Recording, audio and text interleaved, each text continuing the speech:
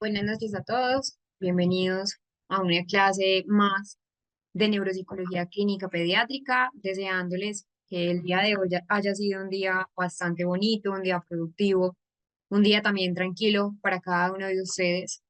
Eh, Vamos a continuar entonces con la clase del día de hoy. Ayer teníamos entonces un pendiente que era leer sobre esa parte del exceso también de algunos genes del cromosoma 21, que era uno específicamente que les mencioné, ya se los voy a proyectar, que disminuía la producción de neuronas. Algo que mencionábamos ayer en la clase, que empezamos de hecho pues a hablar del síndrome de Down, también para de pronto los que no pudieron estar. En la clase del día de ayer hablábamos lo que es encefalitis, lo que es meningitis, hablábamos también o terminamos de hablar de lo que es el trauma de cráneo, hablamos de las neoplasias y que hoy empezamos a hablar lo que es el síndrome de Down. Ayer a lo último mencionábamos que ese síndrome de Down está causado por una presencia de un cromosoma de ese par 21 que pues es tan conocido, ¿cierto? Que incluso mencionábamos que el 21 de marzo, ya el próximo mes que viene, ese 21 de marzo, el 21 del mes 3 es el Día Mundial del Síndrome de Down. También mencionábamos un poco lo que es que el síndrome de Down, a pesar de que en muchos casos se entiende que es el resultado de algo genético, realmente no tanto. En la mayoría de los casos es el resultado más bien de un acontecimiento aleatorio, de una distribución aleatoria, cromosómica, durante el proceso de embarazo, donde ese desarrollo del óvulo y el esperma con el cigoto, pues realmente genera pues una aleatoriedad en el síndrome de Down. Entonces, hablábamos algo como una característica principal y es que en el síndrome de Down no solamente hay características físicas, que ya también mencionábamos que eran pues características clínicas fenotípicas descritas en los pacientes con síndrome de Down, sino que también había pues esa dismorfia facial, un cerebro más pequeño, un cerebro hipocelular, hay disfunción cognitiva, varios tipos, varios grados. Importante tener en cuenta eso, porque también les mencionaba ayer, muchas veces las personas creen que el síndrome de Down por sí solo ya tiene como tal una discapacidad a nivel intelectual.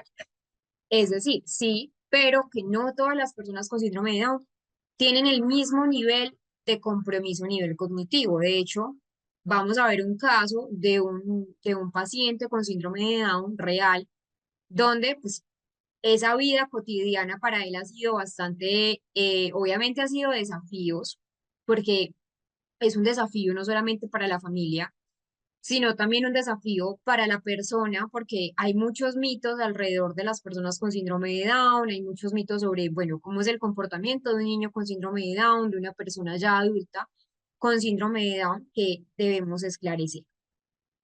Entonces voy a volver a compartir la diapositiva en la que nos habíamos quedado ayer para que podamos volver a retomar.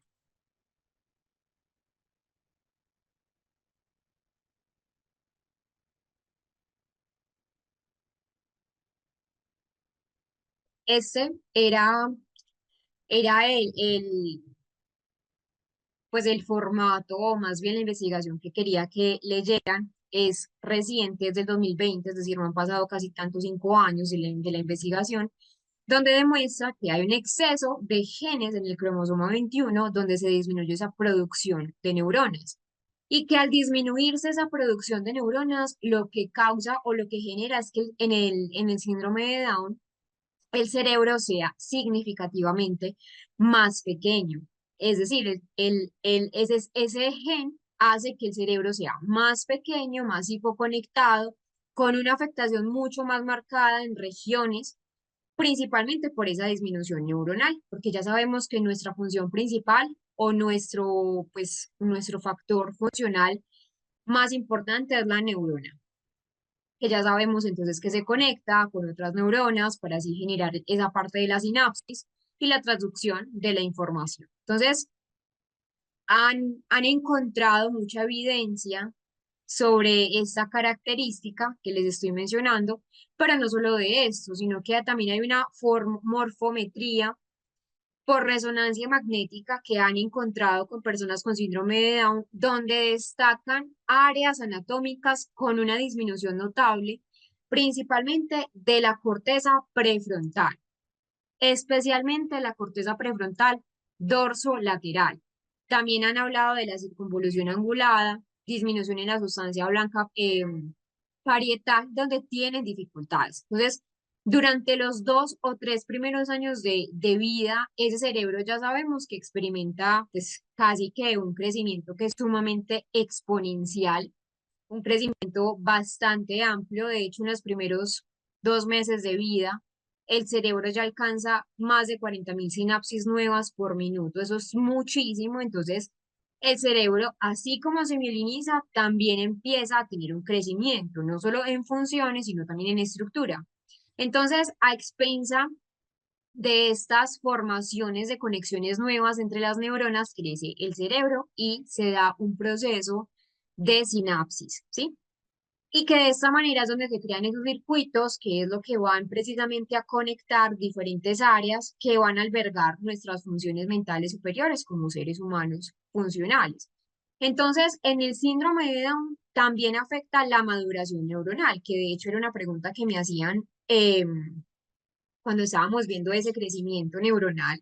Afecta esa parte de la maduración neuronal, además de ser menor la proliferación neuronal, menor la migración neuronal, las neuronas son mucho más pequeñas, no crecen del mismo tamaño que un cerebro típico y tienen menos capacidad de conectarse entre sí. Cuando tenemos una capacidad menor de conectividad en las neuronas, eso hace que el coeficiente intelectual sea menor, que las habilidades sean menores. Entonces, todo esto repercute en el aspecto cerebral, en cómo se ve el cerebro de las personas que tienen síndrome de Down. Son más hipoconectados, un cerebro más pequeño desde lo neuropsicológico y lo estructural. Esos hemisferios cerebrales van a tener un menor volumen, las circunvoluciones van a ser más escasas.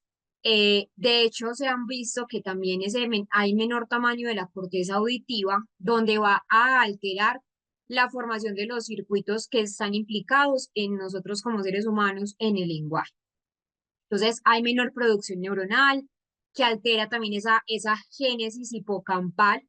De hecho, se han notado varios errores en esa parte, o más bien no errores, pues una menor producción o una menor capacidad de retener información de las personas con síndrome de Down, es decir, de retener o mantener información a corto plazo que pasa al almacén a largo plazo, donde van a tener mayores dificultades o más bien mayores desafíos.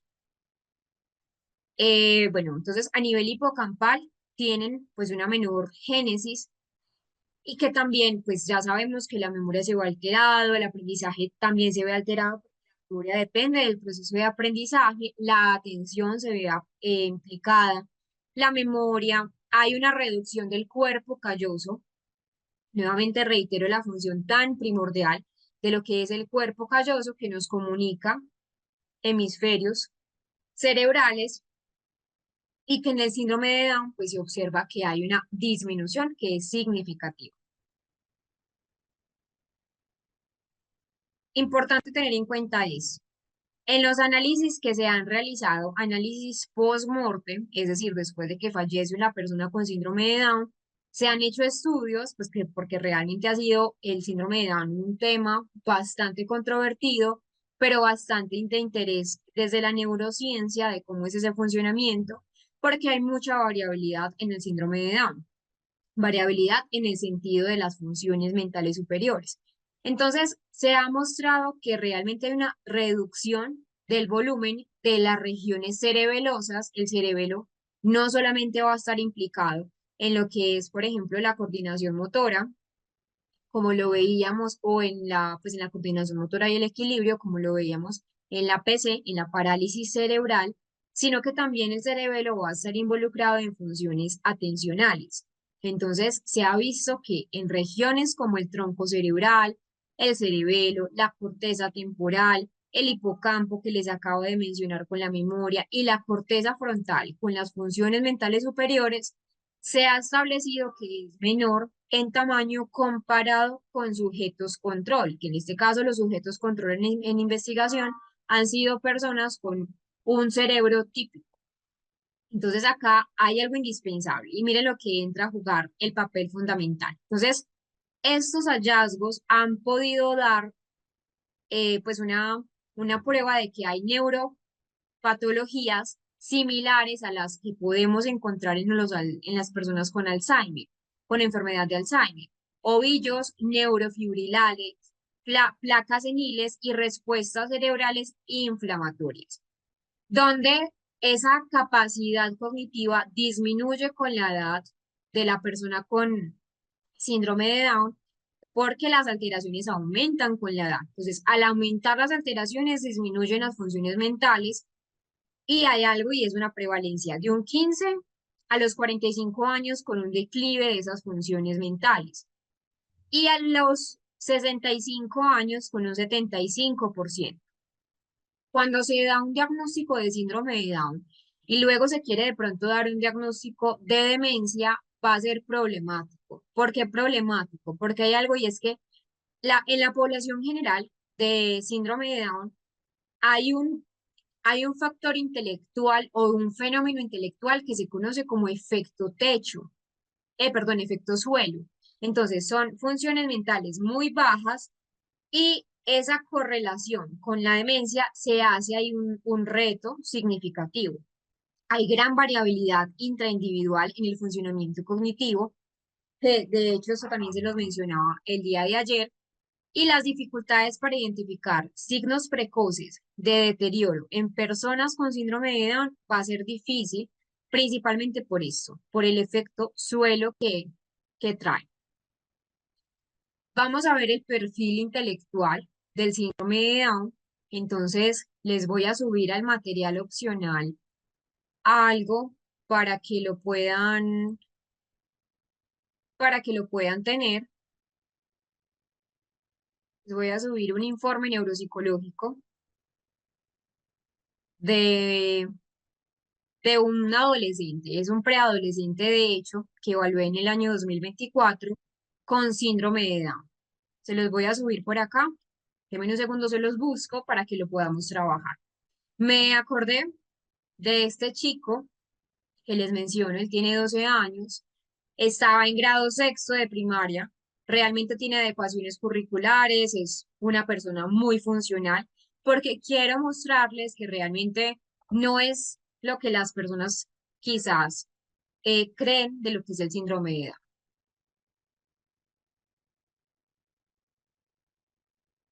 Les voy a compartir un resumen que les hice principalmente del informe. Obviamente el informe son mucho más completos, son mucho más largos, pero para que ustedes lo conozcan y también puedan estudiar, porque la idea es aprender. Entonces se los voy a subir por acá.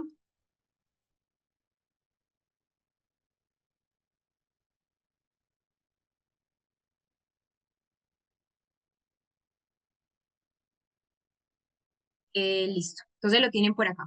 Informe de evaluación neuropsicológica, síndrome de Down. Así se los coloqué en el material opcional para que lo tengan allí y ahora lo podamos trabajar dentro de un momento para que lo puedan observar, así como hemos observado los otros. Entonces por acá tienen el de síndrome de Down. Vamos a continuar entonces antes de ver el caso. Vamos a explicar un poco sobre ese perfil neuropsicológico del síndrome de Down, que realmente es un perfil variable. Eso sí es importante tenerlo presente.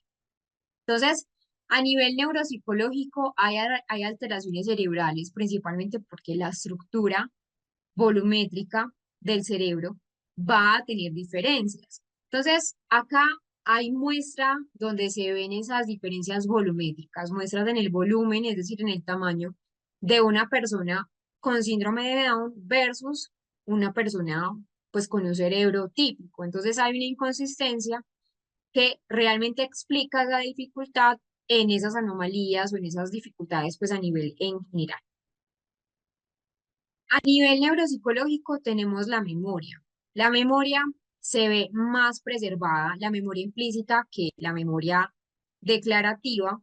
Deme un segundo. No sé por qué me muestra que no carga.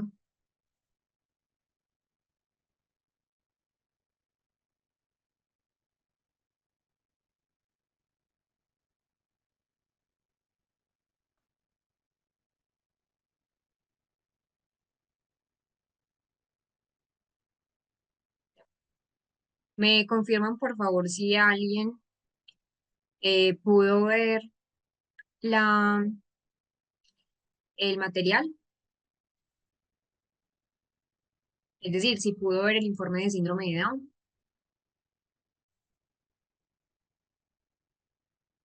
Ah, listo, perfecto. Muchas gracias, Marianela. No me sale a mí que me cargó, pero listo, ya. Muchísimas gracias. Entonces hablemos un poco sobre esa neuropsicología del síndrome de Down. Es muy variable, es sumamente variable de una persona con síndrome de Down a otra. Vamos a mirar cómo es la memoria, cómo es la atención, cómo es la percepción, cómo es el lenguaje, la comunicación, entre otras funciones. Entonces, debemos tener muy presente que el síndrome de Down ya sabemos que es causado por una presencia que es total o que es parcial de una tercera copia del cromosoma 21, que por eso se llama trisomía 21. Es indispensable entonces desde el enfoque neuropsicológico tener en cuenta de cómo va a ser esa variabilidad cognitiva para poder evaluar realmente. Entonces, acá hay un patrón de desarrollo cognitivo y un desarrollo conductual que aunque bien es específico, en muchas personas va a variar según los puntos fuertes, según esos puntos débiles, que entre personas van a ser sumamente diferentes. Es decir, yo conozco varias personas con síndrome de Down y todas son sumamente distintas. Entonces, acá debemos analizar muy bien ese perfil individual, pero sí hay un perfil relativamente característico. Hablemos en general del desarrollo cognitivo antes de entrar como tal al punto de la memoria, al punto de la atención y de la percepción. Cuando hablamos de un desarrollo a nivel cognitivo general, hablamos que en el síndrome de Down hay una trayectoria particular con un retraso en la adquisición de ciertas habilidades o de ciertos hitos, pero con progresos que son muy continuos y muy constantes si se estimulan adecuadamente. Por lo general, el coeficiente intelectual en las personas con síndrome de Down generalmente se encuentra en el rango de discapacidad intelectual de nivel leve a moderado, pero pues hay también diferencias individuales significativas, en algunos casos incluso en el límite superior del nivel de discapacidad intelectual, que esto es sumamente importante tenerlo en cuenta. Y hay un procesamiento de la información que va a variar. Entonces ya acá vamos a entrar a cómo es, entremos primero con esto, con las funciones a nivel ejecutivo, donde también está, y bueno, en general, la velocidad de procesamiento.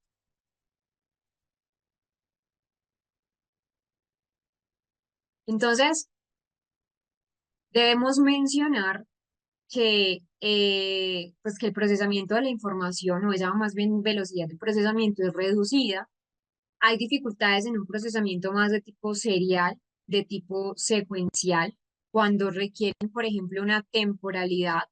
Hay dificultades en esa parte de la información y hablemos ahora sí de la atención. Empecemos por la atención porque como ya hemos visto, pues la atención es una de las funciones más primordiales que nosotros entonces tenemos o llevamos a cabo.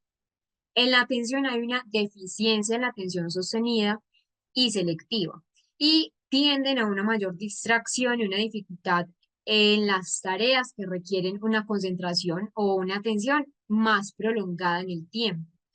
Entonces, ahí es donde está la mayor dificultad. Importante mencionar también, pues, o hacer hincapié en que muy posiblemente las personas con síndrome de Down parezcan con una hipercinesia, es decir, una hiperactividad, sí, pero no es déficit atencional, sino que parece realmente, pues, como si hubiera una presencia de un trastorno de déficit de atención e hiperactividad, pero pues realmente lo explica el síndrome de Down. También vemos afectación no solamente en la atención, sino también en la memoria. Entonces, en general, las dificultades de atención, sabemos que, bueno, y un factor importante, el correlato neuroanatómico, el cerebelo, porque ya hemos visto que el cerebelo está menor conectado, tiene una hipoconectividad y el lóbulo frontal que también explica esas dificultades en la atención sostenida, en la atención selectiva. En la memoria podemos encontrar un déficit, sobre todo más bien en esa memoria de trabajo de tipo verbal, una memoria auditiva donde hay dificultades para recordar, para manipular información más de tipo fonológico, más de tipo verbal, pero vemos que en la memoria más visual y una memoria más de tipo episódica, autobiográfica, pues tienen mejor rendimiento si lo comparamos con el rendimiento que tienen con la memoria verbal. El aprendizaje es más eficaz entonces con claves visuales, con claves multisensoriales. En relación al lenguaje, entonces voy a pasar a otra diapositiva. Yo creo que acá es donde Sai me estaba diciendo la diapositiva o era la anterior que coloqué, no sé cuál necesitaba Sai. Entonces, en cuanto al lenguaje y la comunicación, también vemos dificultades. En general, hay un retraso significativo en esa adquisición del lenguaje, dificultades en la producción verbal. Muchos niños van a tener disartria, van a tener una hipotonía orofacial, que les lleva entonces a problemas articulatorios, fonoarticulatorios. La disartria puede ser también porque tienen, pues como ya veíamos ayer, una protusión de la lengua. Esa protusión de la lengua les impide realmente que tengan una buena articulación, una buena dicción. Y pues realmente hay un punto débil en el lenguaje en las personas con síndrome de Down y es el lenguaje expresivo. Tiene limitaciones en la gramática, en la sintaxis del lenguaje, pero tienen un punto fuerte en el lenguaje y es que el lenguaje comprensivo, es decir, expresivo, tiene limitaciones, pero comprensivo está relativamente mejor desarrollado que ese otro lenguaje más expresivo. Las funciones ejecutivas también van a tener dificultad. Entonces acá tenemos el lenguaje, ya voy a explicar la emoción. Vamos primero a las funciones ejecutivas. Y en las funciones ejecutivas hay déficit en la planificación, en la inhibición de respuestas automáticas, hay déficit en esa misma flexibilidad cognitiva, tienden a ser muy erráticos en de pronto los errores, y dificultades también en esa resolución de problemas, en el ajuste de pronto de otras estrategias según esa retroalimentación que tengan. Puede haber ahí una impulsividad y una perseveración. Esa es la palabra que estaba encontrando, una perseveración. Suelen ser muy perseverativos en sus errores, aun cuando hay, por ejemplo, una retroalimentación sobre esos errores. ¿Y por qué dejo el perfil emocional de último? Porque el perfil emocional realmente tiene buena respuesta emocional, pero hay algo secundario, es que aparece depresión como comorbilidad.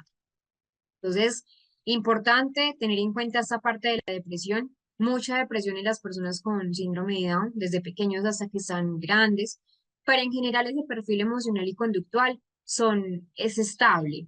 Realmente tienden a ser afectuosos, amigables, no trato de generalizar, pero sí es en el consenso o la mayoría de las evaluaciones neuropsicológicas, pues lo que se ha podido notar. Entonces, tienden a ser afectuosos, amigables, con intereses en la interacción social, buena capacidad para reconocer esas emociones en los demás, es decir, lo que es la teoría de la mente. Dificultades en la regulación emocional que pueden ver. Es decir, lo que les mencionaba, hay mayor riesgo de depresión a una edad pues, más adulta, mayor riesgo de ansiedad, dificultades para el manejo de la frustración, entonces se frustran bastante y a veces es difícil eh, que vuelvan en sí, y mayor riesgo también a conductas oposicionistas o conductas desafiantes, especialmente en ese entorno de la adolescencia. Importante entonces tener en cuenta que en la evaluación neuropsicológica no solo se deben incluir pruebas de inteligencia, pues escalas de inteligencia para saber cómo son los niveles de lenguaje, cómo son los niveles de comprensión, cómo es su coeficiente o su índice verbal, su índice no verbal, etcétera, sino también una evaluación de la parte socioemocional, con el Vineland, con el ABAS, donde son cuestionarios pues para padres y para cuidadores sobre el comportamiento adaptativo. Eso en relación al síndrome de Down, que es sumamente indispensable tener presente ese funcionamiento neuropsicológico. Ese es un resumen de lo que acabamos entonces de observar de alteraciones cerebrales en el síndrome de Down. Vemos corteza auditiva con menos neuronas, lo que va a explicar que esas funciones del lenguaje se vean comprometidas, se vean alteradas. El cuerpo calloso tiene un menor tamaño, dando como resultado que no sea una buena comunicación hemisferio derecho con el hemisferio izquierdo. La parte hipocampal también tiene menor tamaño, dando alteración a un proceso de memoria, tanto reciente como a largo plazo, afectando el proceso de aprendizaje. El cerebelo, que da como consecuencia alteraciones en la atención y las funciones ejecutivas. Entonces, la corteza cerebral que se ve más pequeña es la corteza prefrontal. En general, los hemisferios son más pequeños, las cortezas son más pequeñas, donde hay alteraciones a nivel generalizado. ¿Por qué les pongo esta imagen o este discurso? Porque aunque bien todo está relacionado con las alteraciones cerebrales en el síndrome de Down, es bien sabido, ya en el diplomado lo hemos mencionado en varias ocasiones, que es sumamente importante el entorno y la genética. Es decir, no todo es responsabilidad del entorno, pero tampoco es todo responsabilidad de la genética. Entonces, todo repercute en cómo es el neurodesarrollo del niño, cómo es esa interacción entre la herencia genética y el entorno, y que es muy cierto que muchas personas con síndrome de Down pueden tener una carrera, pueden tener pues una vida pues común y corriente, porque realmente son niños que desde pequeños han sido estimulados, que han tenido atención temprana, y realmente la atención temprana no solamente en el síndrome de Down, sino que la atención temprana es imprescindible cuando hay alguna alteración. Entonces, importante sí tener en cuenta que hay diferencias cerebrales que van a variar en cada persona con síndrome de Down, pero que la atención temprana y una buena estimulación va a generar muchas diferencias. Quiero entonces en relación a esto mostrarles un video de la persona que yo les mencionaba, que tenía síndrome de Down. De hecho, son varias. Les voy a mostrar varios videos. Pues les voy a mandar varios videos, pero solamente vamos a ver. Y los otros los tienen de actividad en casa.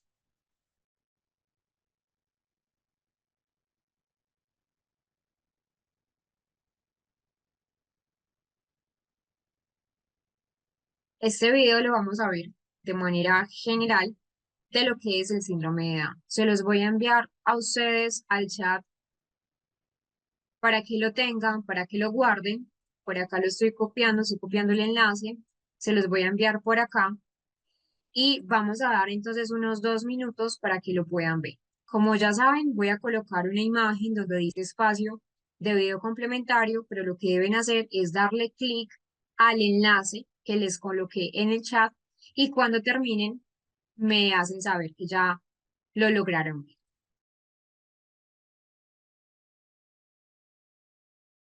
Y el otro video, que es el que yo quiero entonces mostrarles, es pues realmente un éxito donde pues las personas con síndrome de Down pueden ir a la universidad, pueden estar en un colegio regular. Cuando me refiero pues a un colegio regular, es un colegio tradicional, sea público o sea privado, pues gubernamental o en el ámbito privado, pero que siempre la idea es tener adecuaciones curriculares, tener un diseño universal para el aprendizaje.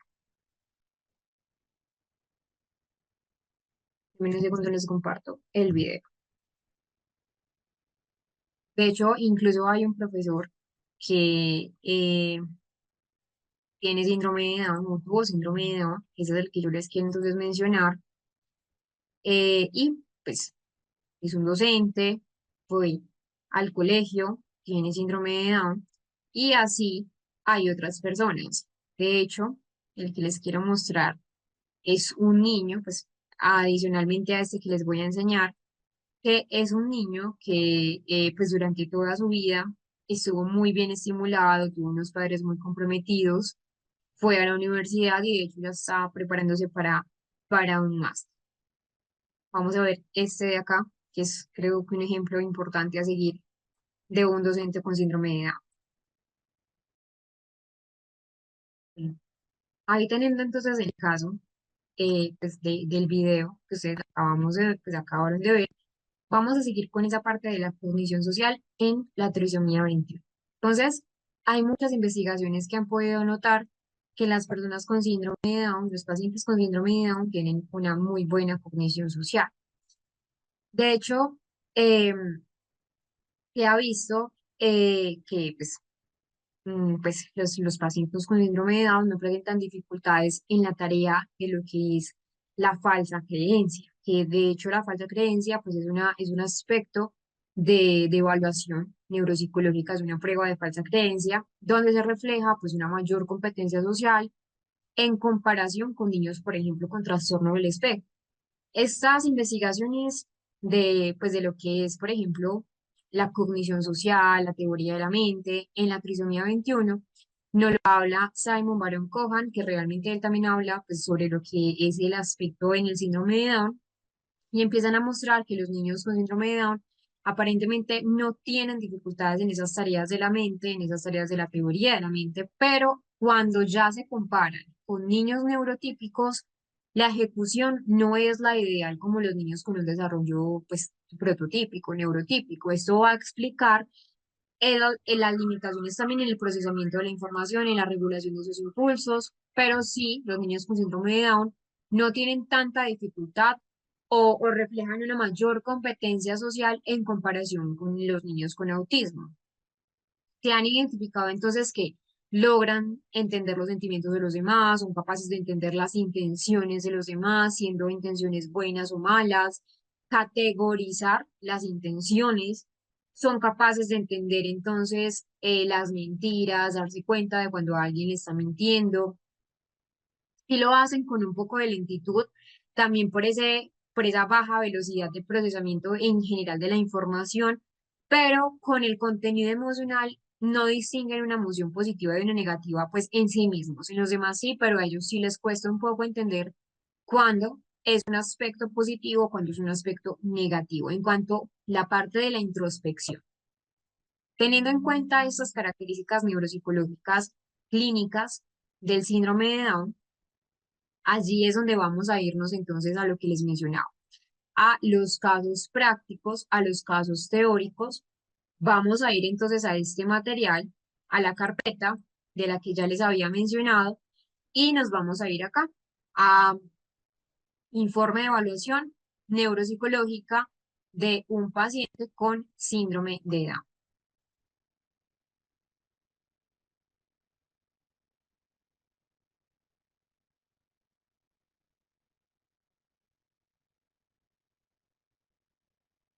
Entonces, esto es lo que se ve o lo que podemos ver en el material opcional.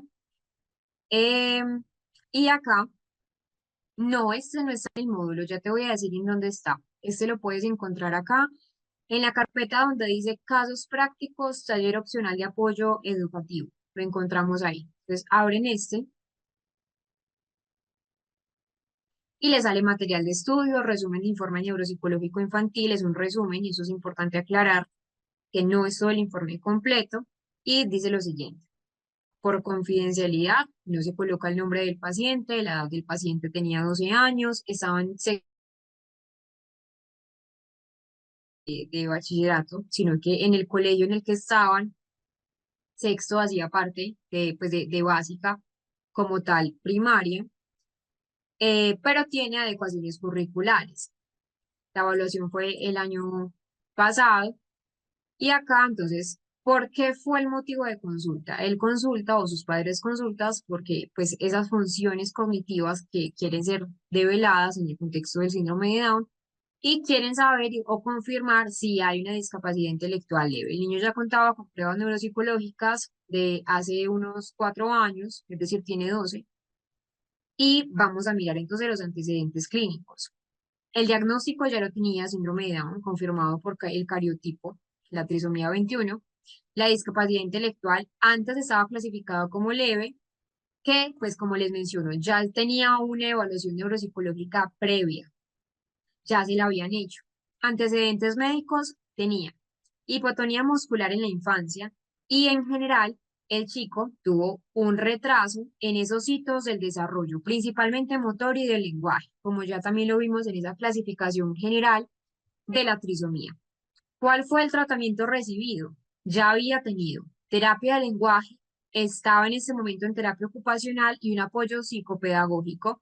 Realmente, pues, la familia sí era muy juiciosa en relación pues, a la atención temprana. ¿Y cuáles son las dificultades que reportan? Problemas en la atención sostenida, en el procesamiento de la información que lo reportaban los docentes como pues lento, menor al promedio, dificultades en la capacidad de resolver problemas matemáticos, dificultades en la comprensión lectora y expresión verbal, pero tenía fortalezas, tenía muy buena socialización, de hecho, pues tenía muchos amigos en el colegio, era una persona muy querida, muy sociable, una motivación por aprender, él quería aprender, realmente eso sí, se lo rescató bastante y en la evaluación todo el tiempo estuvo en función de querer hacerlo muy bien, había muy buena receptividad a los apoyos y una enseñanza estructurada. Entonces, acá pueden ver las pruebas aplicadas y los resultados. Entonces, lo van a visualizar el informe y nos veremos entonces dentro de unos 5 minutos mientras lo leen, mientras lo estudian y hace la correlación con la teoría a la práctica de lo que ya hemos revisado. Bueno, realmente entonces miren que es importante tener en cuenta, eh, bueno, para las personas que de pronto dicen que em, pues que no escuchaba, estábamos en una actividad con el material opcional. Mayra, porque está dentro del material de estudio para los del certificado. Entonces recuerden que las clases son gratuitas, pero ya el material sí es de pago. Acá entonces tenemos las lecturas sugeridas que también están allí en el material opcional. Entonces está esta.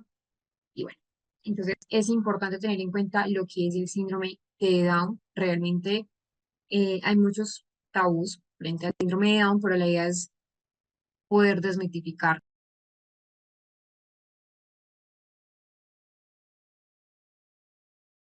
Vamos a hablar sobre el síndrome de X frágil. Cuando hablamos sobre el síndrome de X frágil, hablamos entonces que es uno de las características donde más se asocia con una discapacidad cognitiva. Acá sí vemos entonces niveles de severidad también, como veíamos en el síndrome de Down, pero específicamente el X frágil sí se va a relacionar o sí se va a vincular muchísimo más con esa parte del componente a nivel hereditario, a diferencia, por ejemplo, de lo que veíamos principalmente con el síndrome de Down, que puede ser pues por una característica que es aleatoria. Entonces, cuando hablamos de el síndrome de X frágil, es una condición que es genética, que se va a asociar a una discapacidad intelectual en grado variable y que hay una serie de características tanto físicas, es decir, hay una fenotipia en el síndrome de X frágil, pero también características tanto cognitivas como conductuales. Es la forma más hereditaria, pues común, de discapacidad intelectual en los hombres. No quiere decir que en las mujeres no exista el síndrome de X frágil. Ya vamos a explicar esto, cómo es la parte del X frágil en las mujeres, pero se relaciona más en los hombres. Se expresa en los hombres, en los varones. Y hay una mutación de un gen específico, que el gen es el FMR1, donde está ubicado en el cromosoma X. Como nosotras las mujeres tenemos dos cromosomas X, es menos probable que el, el síndrome de X frágil se presente, ¿sí? Es decir, en las mujeres puede ocurrir, no estamos exentas del X frágil, pues cuando ya somos obviamente pequeñas, ¿cierto? En la parte de gestación. Pero como los hombres solo tienen un cromosoma X, ahí es donde, pues como la ubicación de este gen está allí, es donde tiene mayor probabilidad, pues de tener una característica del X frágil. Esta mutación implica que se dé una expansión que es anómala de una secuencia repetitiva de nucleóticos en ese mismo gen que les menciono, pues que es el gen FMR1, que resulta en una deficiencia de una proteína, que esa proteína es la que necesitamos para que se dé un buen desarrollo cerebral y una función normal en las neuronas. La proteína lleva un nombre muy similar al gen que les menciono, el gen es el FMR1, pero la proteína es el o la proteína es la FMRP, donde es la sí o sí la necesitamos para un buen desarrollo funcional.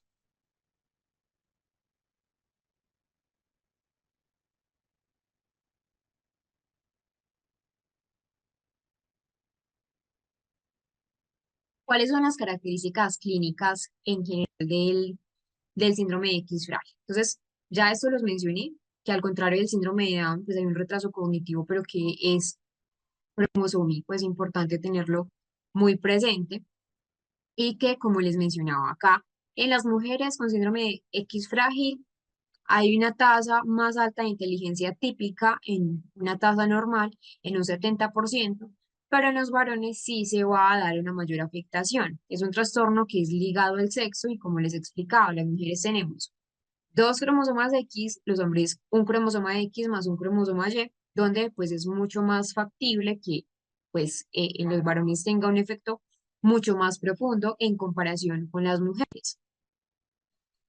Este es otro ejemplo, pues es un dibujo esquemático, es similar a este, para entender cómo se da esa parte de la herencia materna del cromosoma X frágil, la mujer es la portadora.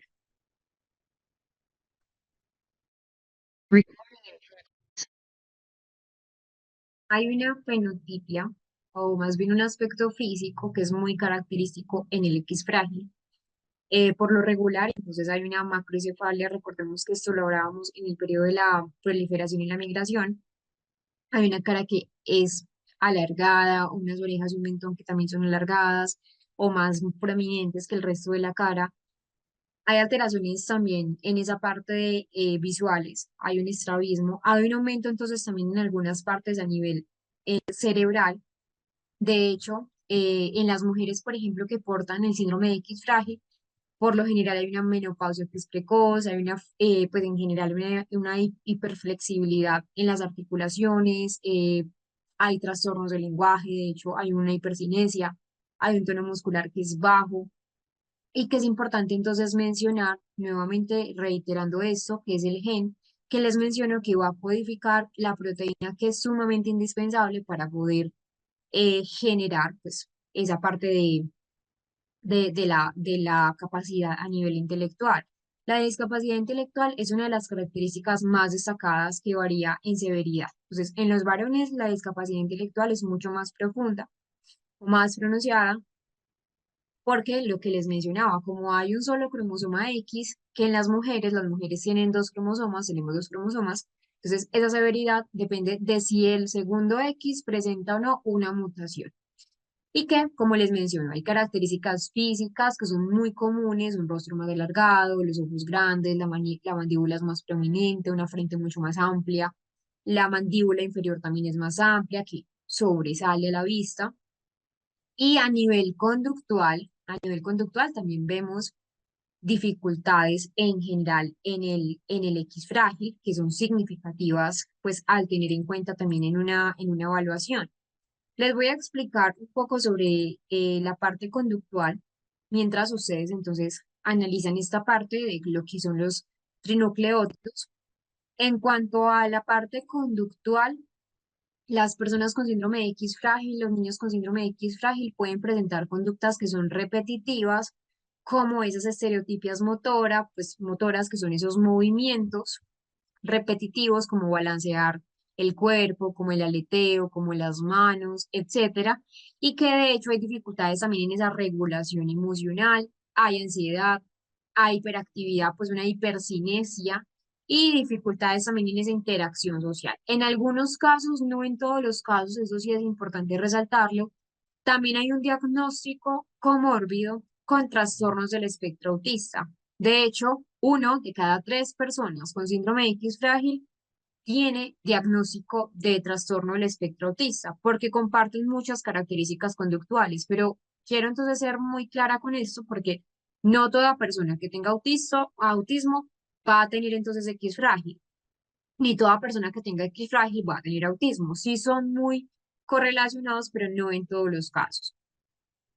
Les mencionaba entonces que hay problemas emocionales y de comportamiento, donde los pacientes pueden presentar niveles altos de ansiedad, un temperamento que tiende a la irritabilidad, problemas atencionales, unas conductas impulsivas, a veces pueden ser unas conductas agresivas, más bien es una reacción, una agresividad reactiva, ese es el término, sobre todo obviamente en las mujeres donde hay muchos cambios a nivel comportamental y hormonal, y que las mujeres tienden a ser portadoras, suelen tener o experimentar mayor depresión. El diagnóstico solo se basa en pruebas genéticas, es decir, el análisis de la expansión de esos trinucleótidos que ustedes ven en la pantalla, donde ya se da pues un diagnóstico del síndrome de X frágil. eh, para los casos más leves se realiza un análisis más molecular para detectar realmente si hay premutados. Y las pruebas neuropsicológicas es principalmente para hacer más bien una evaluación de cómo es el funcionamiento general, global y a nivel entonces específico en cómo está la memoria, cómo está la atención, cómo están las funciones ejecutivas, cómo es esa parte de la regulación emocional. Cuando hablamos de un tratamiento, hablamos que no existe cura para el síndrome de X frágil, pero que sí hay muchos enfoques terapéuticos que van a incluir, primero, pues que se debe hacer unas intervenciones educativas y conductuales, programas de intervención temprana, adaptados a esas necesidades a nivel de, pues, individuales de cada niño, de cada paciente. Esas intervenciones educativas y en la conducta también les va a dar a ellos habilidades cognitivas y habilidades sociales, porque como les mencioné, muchos van a tener dificultades a nivel social. La educación debe ser estructurada, unas terapias ocupacionales con fundamento para poder mejorar esa calidad de vida. Muchos requieren un tratamiento farmacológico para manejar esos comportamientos o más bien pues sí, esos comportamientos específicos como la ansiedad, como la hipercinesia, como esos trastornos asociados del estado de ánimo, que pues principalmente son medicamentos ansiolíticos, antipsicóticos, pues en general estabilizadores del ánimo para las personas que también tienen pues una correlación con ansiedad, con depresión. Muy importante las terapias psicosociales, principalmente cognitivo-conductual, donde van a ser útiles para manejar esas conductas, pues de pronto problemáticas y mejorar una buena o darles una buena adaptación social.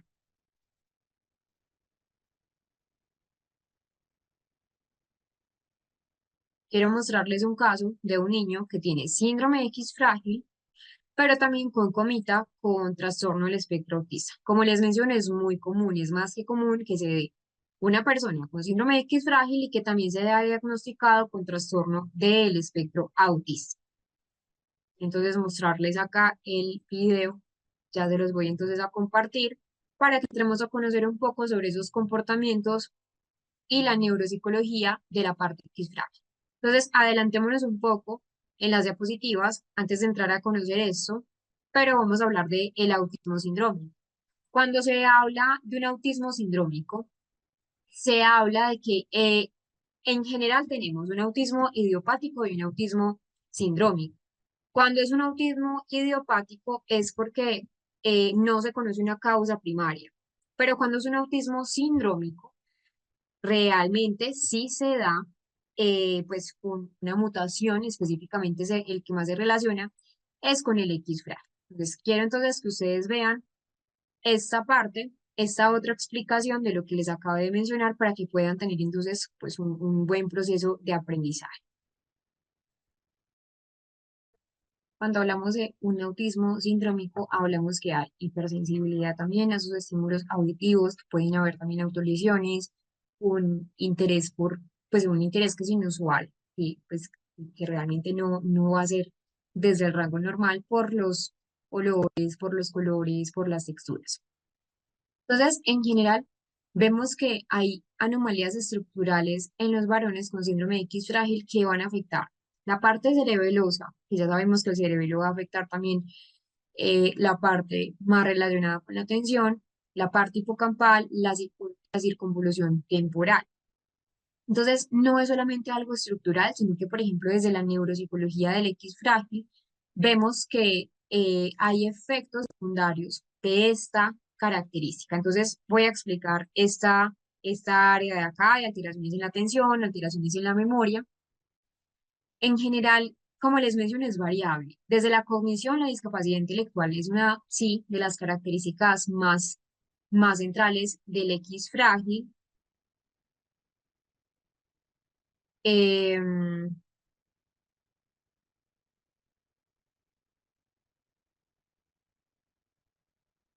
Sí, sí, se va a tratar la neurofibromatosis. La tipo uno, la tipo uno. No la tipo 2, sino la tipo uno, la neurofibromatosis. Entonces, en general, em, pues realmente en la cognición general, muchos individuos con síndrome X frágil presentan un coeficiente intelectual pues en el rango de discapacidad moderada a severa. Y por ejemplo, lo que veíamos en el síndrome de Down era que era de leve a moderado, lo más general. Acá sí es un poco más centrada en lo moderado a severo. Sin embargo, muchas personas tienen capacidades cognitivas dentro del rango promedio, lo que les mencionaba hace un rato, especialmente las mujeres que son portadoras del cromosoma X frágil, que están afectadas igual, pero que son portadoras, donde pueden tener sí una forma más leve del síndrome. La memoria se ve afectada. Entonces ya sabemos que, como vemos en las diapositivas, hay una hipoconectividad, o más bien hay una reducción en ese tamaño del cerebro, del hipocampo, donde hace que esa memoria de trabajo, bueno, el hipocampo y también esa parte del córtex prefrontal. La memoria de trabajo se ve implicada, la memoria a largo plazo también se ve deteriorada, la memoria visual y verbal pueden verse afectadas. Hablamos entonces que esa memoria de trabajo es crucial para la manipulación de la información de tareas que son complejas, pues es decir, tareas eh, de alto impacto o de alta demanda a nivel cognitivo. Es uno de los dominios más comprometidos realmente en el X frágil.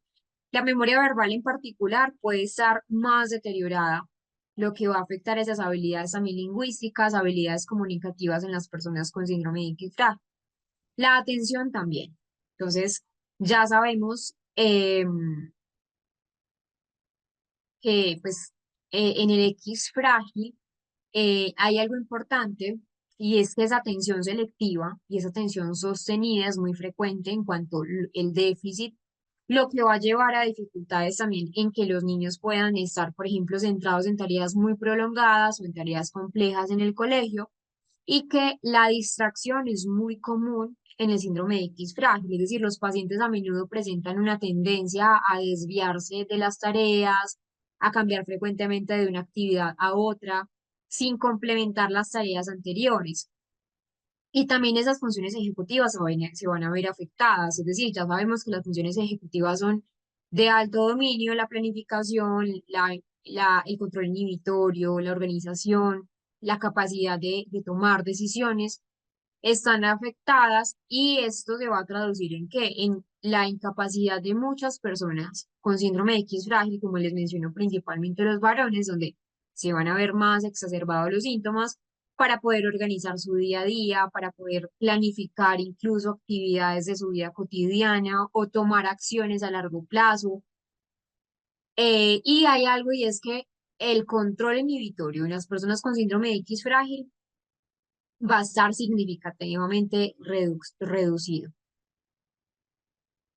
El lenguaje y la comunicación, de hecho, también se va a ver afectado, ¿cierto? Por lo que les mencionaba entonces que como la memoria se ve afectada, también se va afectada la comunicación y el lenguaje.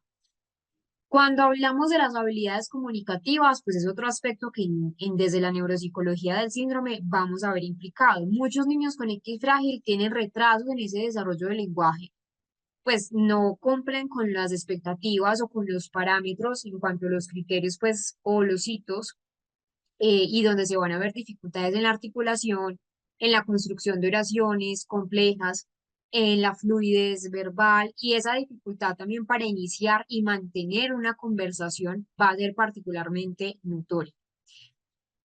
La comprensión verbal, o más bien esos déficits en la comprensión verbal, también son comunes.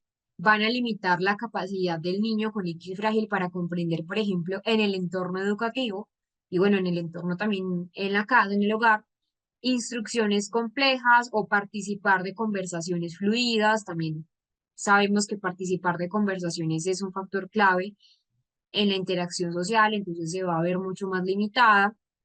El desarrollo emocional y el comportamiento también. Entonces, más que factores a nivel neuropsicológico, que pues realmente también son importantes esas variaciones, también en el X frágil vemos un parámetro y es que la cognición social está reducida. No hay una buena regulación de la cognición social. ¿Por qué? Porque hay algo y es que hay una disminución de la amígdala cerebral.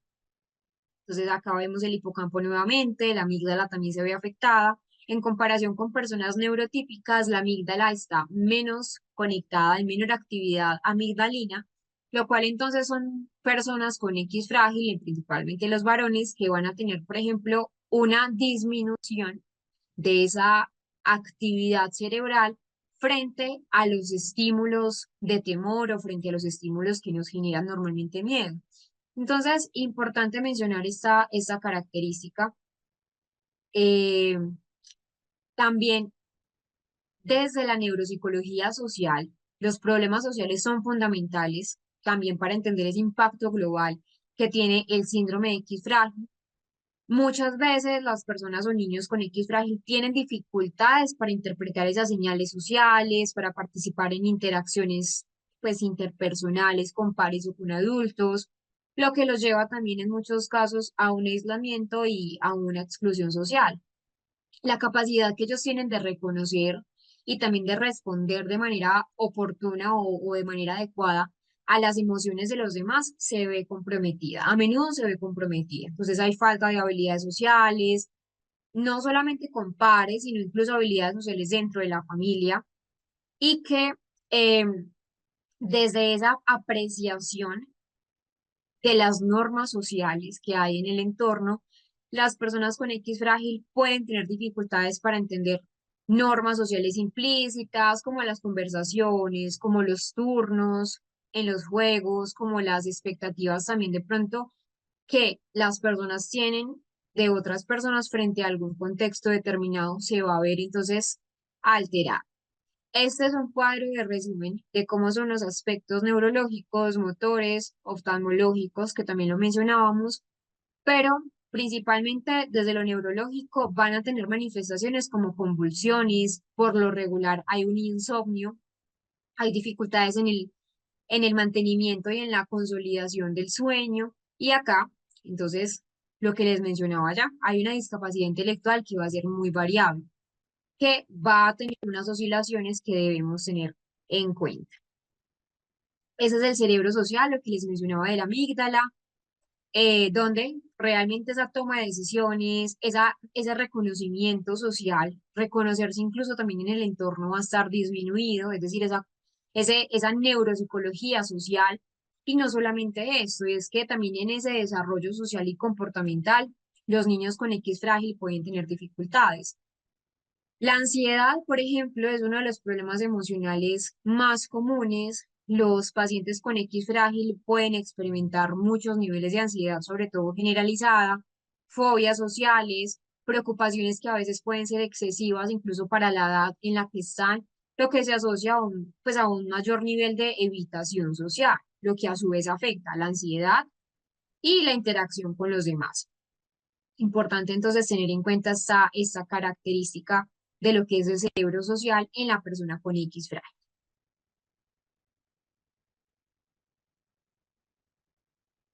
Y lo que me habían preguntado sobre esos síndromes o trastornos neurocutáneos como la neurofibromatosis tipo 1, que creo que era Armenia, perdón, la persona que nos estaba entonces preguntando sobre los síndromes neurocutáneos. ¿Desde qué edad se puede, a ver, desde qué edad se puede hablar de la ansiedad? Incluso se han reportado en investigaciones que niños muy pequeños han mostrado ya sintomatología ansiosa, pero principalmente asociado a un factor social. Es decir, muchos niños, bueno, afortunadamente, como les menciono, ahora hay mucho más conciencia. Pero muchos niños, por ejemplo, que experimentan ansiedad social o síndrome de X frágil, son víctimas de bullying, son víctimas de matoneo escolar, principalmente ¿por qué? Porque muchos están obviamente escolarizados, que deberían estar escolarizados con adecuaciones curriculares, eso es más que un derecho y un deber de los docentes, también hacer adecuaciones curriculares, pero ¿qué pasa? A veces no se hacen las adecuaciones o a veces se hacen solo las adecuaciones curriculares desde la malla curricular, pero no se hacen las debidas adecuaciones sociales. Es decir, un entorno protector para el niño con X frágil, donde los demás comprendan también que quizás sus dificultades cognitivas pues no son efecto de burla, no son pues un factor de exclusión. Y pasa que muchos niños incluso, y creo que ahora les voy a mostrar una investigación si la logro encontrar, que me la había leído hace ya algún rato, que niños desde que están en una edad temprana ya empiezan a experimentar un factor ansioso, un componente ya patológico desde lo emocional, desde edades incluso antes de los 6 7 8 años. Es decir, no estoy hablando de la ansiedad en la adolescencia, estoy hablando de una ansiedad infantil, lo cual entonces pues va a desencadenar pues muchas otras alteraciones a nivel social. Vamos a dejar acá para que no quede entonces corto los síndromes neurocutáneos. Vamos a entrar entonces con lo que nos había preguntado Amanda también sobre ese síndrome. Pues, no, Romina era la persona que nos estaba preguntando, Romina, sobre lo que es la neurofibromatosis. Vamos a hablar de la neurofibromatosis tipo uno, que de hecho, pues, aunque no es tan común, sigue siendo un factor importante desde la neuropsicología clínica pediátrica. Entonces, vamos a ir a nuestro descanso habitual y vamos a volver entonces dentro de unos minutos con la neurofibromatosis eh, tipo uno. Entonces, vamos a continuar con esa parte de la neurofibromatosis. Por acá entonces le voy a resolver una inquietud a, a Joa Fonseca, que nos pregunta, no, Joa Fonseca no, ya, a Carolina Benítez, que nos pregunta dónde está la carpeta con el material. Entonces, es esta. No sé si estabas preguntando exactamente la que hemos venido trabajando, pero te la voy igual a enseñar dónde están los casos prácticos. Supongo que es esta a la que tú preguntas. Está acá, donde dice casos prácticos, taller opcional de apoyo educativo. Te vas acá y es esta que aparece de primera, taller opcional. Ahí está absolutamente todo de lo que hemos trabajado. Vamos entonces a esta parte de lo que es la neurofibromatosis. Vamos a hablar solo de la tipo uno. De hecho, de la fibromatosis, de la neurofibromatosis, hay dos tipos, tipo uno y tipo 2. La neurofibromatosis realmente no es un diagnóstico muy común, no es algo que todo el tiempo estemos viendo en neuropsicología, pero es importante conocerlo. Es un trastorno que es genético también, que afecta principalmente ese sistema nervioso y provoca un crecimiento tumoral, un crecimiento de tumores en los nervios.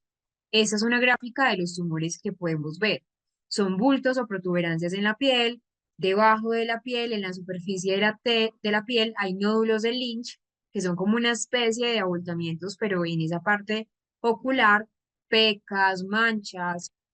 Este es otro aspecto de la neurofibromatosis, que es importante entonces mencionar que no solamente son aspectos físicos, sino que desde la neurofibromatosis también hay aspectos a nivel tanto cognitivo, pero sobre todo a nivel emocional. Entonces, en general, en esa neurofibromatosis, pues vamos a hablar de lo que es la neurofibromatosis a nivel general para ya ir a lo particular, que sería desde lo neuropsicológico. La neurofibromatosis es genética, afecta ese sistema nervioso como les había mencionado y acá provoca un crecimiento tumoral de los nervios. Principalmente hay dos tipos de neurofibromatosis. La neurofibromatosis que vamos a ver, que es la tipo uno, que es la más común o la que más nos vamos a encontrar, pero también hay una neurofibromatosis tipo 2 donde se llama también schwannomatosis por las células de Schwann, aunque pues realmente la neurofibromatosis tipo 1 es la más común. Cuando hablo de una neurofibromatosis tipo 1, hablo que también es una enfermedad, pues que igual es muy poco frecuente, es uno en cada 3.000 niños, esto es muy poco, es decir, uno de cada 3.000 nacimientos tiene uno con neurofibromatosis. La característica principal de esta forma de neurofibromatosis, estoy hablando de la tipo 1, son esos tumores llamados neurofibromas, que son lo que ustedes ven ahí pues como en la pantalla. Esos neurofibromas se desarrollan más en los nervios periféricos y que también tienen pues síntomas comunes desde lo físico. Entonces, ven que hay unos síntomas pues que realmente son físicos, pero que también hay neuropatías periféricas, tumores cerebrales que van a lesionar la parte del cerebro de un niño. Son manchas color café, son manchas en la piel que aparecen al nacer, aumentan incluso a medida que el niño se desarrolla, a medida que la personita crece, empieza a generar mucho más, pues muchas más manchas, muchas más protuberancia, muchos más nódulos de Lynch, que son esas pequeñas lesiones en el iris que ustedes pueden ver ahí en la pantalla. Generalmente esos nódulos de Lynch son inofensivos, pero igual causan inseguridad en los pacientes, es decir, pues la neurofibromatosis no es solamente pues un problema del aprendizaje, que es lo que vamos a ver, sino que también hay características que son secundarias a la parte emocional. Hay también una displasia ósea, es decir, hay malformaciones en los huesos, hay escoliosis, que es esa curvatura de la columna y otras pues también alteraciones a nivel óseo y hay problemas del aprendizaje, es decir, aproximadamente de un 30 a un 60% de las personas con neurofibromatosis tipo 1 tienen dificultades a nivel cognitivo que van a incluir problemas en la memoria de trabajo, van a incluir problemas también en la atención, en el procesamiento visoespacial. Eso con respecto a la neurofibromatosis tipo 1. ¿Cuál es, digamos, la neuropsicología de la neurofibromatosis? Entonces ya sabemos lo que es el aspecto físico, que es importante. También hay alteraciones en ese sistema nervioso, en esa parte de las estructuras más subcorticales, el tálamo, el cuerpo calloso, el núcleo caudado y que pues hay menos giros en los lóbulos frontales y temporales, donde también esto, obviamente esta parte estructural, recordemos lo que habíamos mencionado al principio de nuestro diplomado, que nosotros debemos tener en cuenta una triada en neuropsicología, la estructura, cómo es la función y cómo es el desarrollo socioemocional. Entonces, como hay una afectación en la neurofibromatosis por esa estructura, una menor girificación, eso quiere decir que son menos giros en los lóbulos frontales y temporales, los giros también ayudan a que esa función se dé. Resulta que la neurofibromatosis no solamente es a nivel externo, también se pueden ver hematomas, o más bien como hematomas, pues como desde esa parte de malformaciones tumorales, pero que son benignas, afortunadamente, que consideran una malformación. Entonces, acá es donde volvemos a trabajar el tema de las neoplasias. En raras ocasiones hay una compresión de las estructuras adyacentes. Ya hemos visto lo que es una neoplasia cerebral, que puede haber también pues un aplastamiento de otras estructuras donde pues es importante tener en cuenta esta característica. Entonces es una consecuencia también de neurofibromatosis tipo 1. Tumores frecuentes en el sistema nervioso central, entonces son gliomas. También hay alteraciones en el sistema nervioso periférico, neurofibromas, un tumor maligno, ya en esa vaina nerviosa a nivel periférico, y las alteraciones cutáneas que también tienen pues eh, aspectos significativos en el ámbito emocional. Hablemos ahora sí del perfil neuropsicológico en los niños con neurofibromatosis del tipo 1. En general, es importante aclarar que la neurofibromatosis entonces puede tener alteraciones en algunas personas, en otras personas no, es decir, no es un común denominador. Especialmente en la forma más común del tipo 1 es donde tiene más implicaciones en el funcionamiento neuropsicológico, pero los tumores, digamos que característicos de esa neurofibromatosis afectan más los nervios periféricos y en algunos casos sí van a afectar también ese sistema nervioso central. Cuando me refiero a sus efectos neuropsicológicos, están más relacionadas con alteraciones comportamentales, con alteraciones neurocognitivas, que surgen más bien como esas consecuencias de los efectos genéticos, incluso los efectos a nivel de la morfología neuroanatómica, pues de esa neuroanatomía y el entorno también asociado con la enfermedad. Hablemos de lo general, así como lo hablábamos en el síndrome de X-Frac.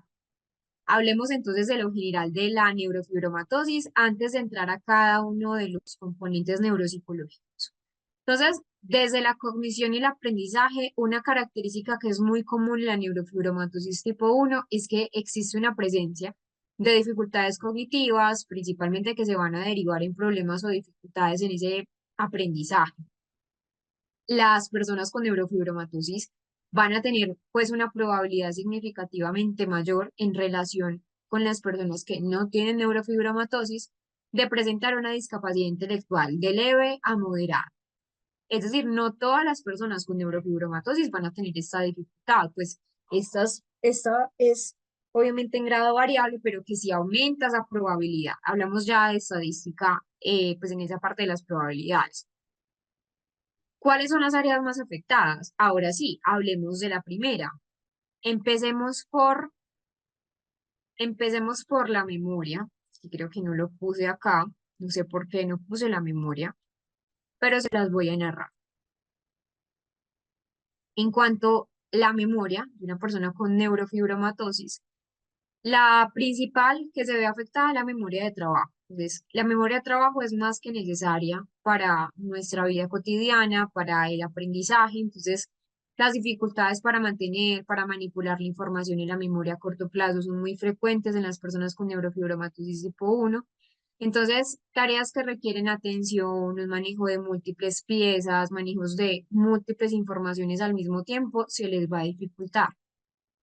¿Qué hacemos todo el tiempo, por ejemplo, con tareas así? El aprendizaje, estar en un aula de clase, estar entonces con múltiples piezas, con muchas informaciones, mantener en la cabeza a corto plazo una información. Esto es lo que hacemos en el aprendizaje, por eso se dice que dificulta el aprendizaje. Muchos niños con neurofibromatosis tienen problemas en esa atención sostenida y en esa atención dividida. Ahora sí hablemos de este aspecto, en la atención. Entonces, ¿se deriva de qué? Se deriva de que lo que dificulta la capacidad para concentrarse en tareas complejas o para cambiar de pronto de tareas de manera eficiente es principalmente ese deficiente, primero cerebelo, segundo esa parte también hipocampal con la relación con la memoria, pero también las funciones ejecutivas que se van a ver deterioradas. La velocidad de procesamiento suele ser o pueden tener una reducción en esa velocidad de la información, lo que pues va a impactar la rapidez mental que van a tener, la rapidez con que ejecutan cualquier tarea, incluso en la vida del ámbito cotidiano. Y en relación al funcionamiento ejecutivo, ya les voy a explicar un poco esta parte del lenguaje y la conducta interpersonal. En relación a la parte pues, de las funciones ejecutivas, que ya sabemos que son varias funciones ejecutivas, donde incluye la planificación, la organización, la regulación del comportamiento, a menudo se ven alteradas. No es que en todas las personas se vean alteradas, pero sí es muy a menudo. Principalmente, ¿cuál? Principalmente la que más se ve afectada es esa flexibilidad cognitiva, donde es la capacidad de adaptarnos a situaciones diferentes, a situaciones que se ven complejas. Y este ámbito del lenguaje es importante. Es decir, en un 68%, eso es muy alto porcentaje, es más de la mitad, muchas personas con neurofibromatosis van a tener un retraso en el lenguaje, en el desarrollo del lenguaje, donde va a variar en grado, va a variar también en naturaleza, pero ¿cuáles son las áreas de pronto a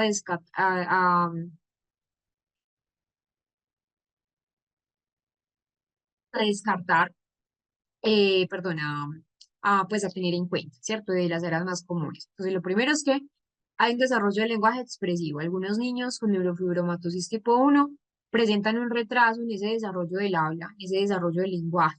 donde hay dificultades para estructurar frases o incluso una pronunciación que va a ser deficiente, la comprensión del lenguaje también se va a ver afectada, entonces dificultades como la comprensión de instrucciones, la integración de la información más de tipo verbal son comunes en errores de la neurofibromatosis tipo 1 y dificultades para leer son muy prevalentes, bastante prevalentes. Incluso pueden concomitar con lo que pues es un trastorno específico del aprendizaje en la lectura.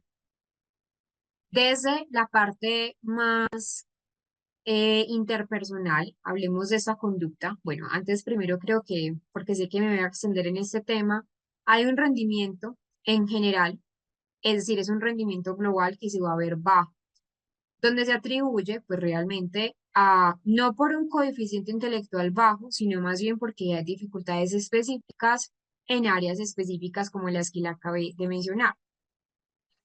Desde el desarrollo interpersonal y también pongamos en cuenta ese desarrollo social, ese desarrollo emocional, hay trastornos emocionales y trastornos comportamentales que son secundarios a la enfermedad, a la neurofibromatosis. Entonces, los problemas de salud mental y también problemas a nivel comportamentales no son, digamos, la excepción en la neurofibromatosis, porque eh, las personas por lo regular pues tienen un trastorno del estado de ánimo, tienen trastornos de ansiedad, trastornos conductuales que son secundarios a la percepción que ellos tienen de sí mismos. Es decir, la ansiedad hay una ansiedad generalizada, pueden incluso llevar a fobia social, que son muy comunes en la neurofibromatosis, y que está relacionada por la percepción de esas diferencias físicas visibles, que pues como les mostré, están de un niño con neurofibromatosis a un niño que no tiene neurofibromatosis, y que claro, hay pues unos neurofibromas, que fue lo que les mostré, que son muy visibles, los nódulos de Lynch, que también son muy visibles en el ojito, y que también hay dificultades escolares. Entonces los niños traen consecuencias que le genera obviamente pues una fobia social, una ansiedad social significativa, un sentimiento de aislamiento social y que trastornos del estado de ánimo, pues pueden experimentar depresión, consecuencia de esa misma frustración que les estoy mencionando, consecuencia de una frustración con esas dificultades que ellos notan, dificultades cognitivos, con las diferencias físicas que son autopercibidas y que es particularmente mucho más aumentado en el periodo de adolescencia, donde sabemos que el periodo de adolescencia trae cambios a nivel hormonal, estructural del cerebro, a nivel social, entonces, esas dificultades ahí son implicadas más por ese trastorno más bien de adaptación social.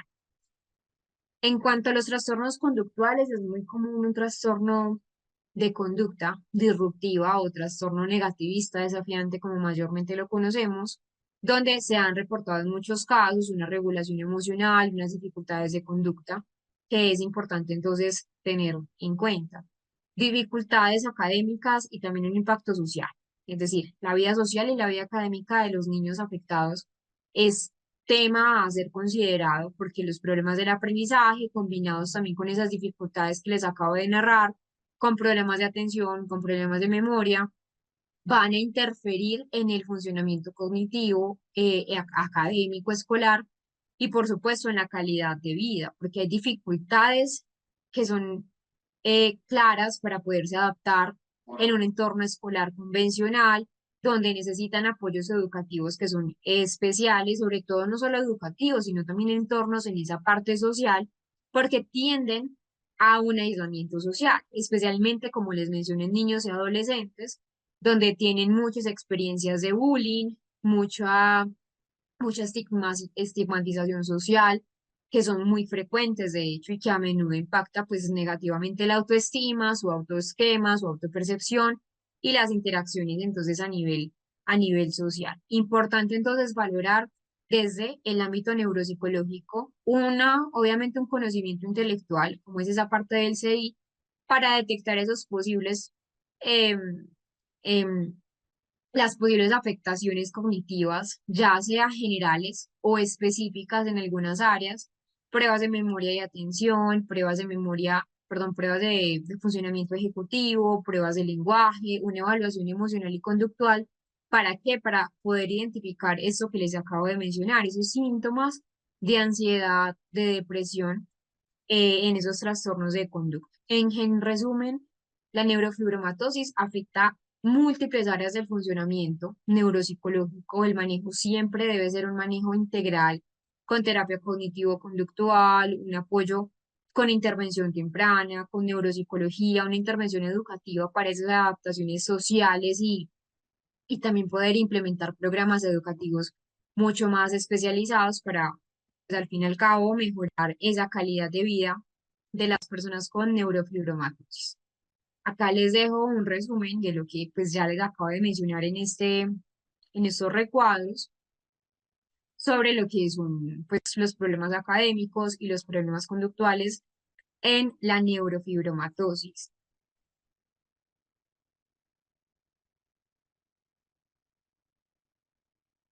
Mm, bueno, por acá veo una pregunta, que cuál es la diferencia o, pues, o cómo se puede diferenciar la neurofibromatosis tipo uno y la neurofibromatosis de tipo 2. Eso que les acabo de explicar es de la tipo uno. En la tipo 2 es muy poco común, es decir, es muy infrecuente. Digamos que hay un desarrollo de tumores ya en ese sistema nervioso central, especialmente pues en los nervios que controlan la audición.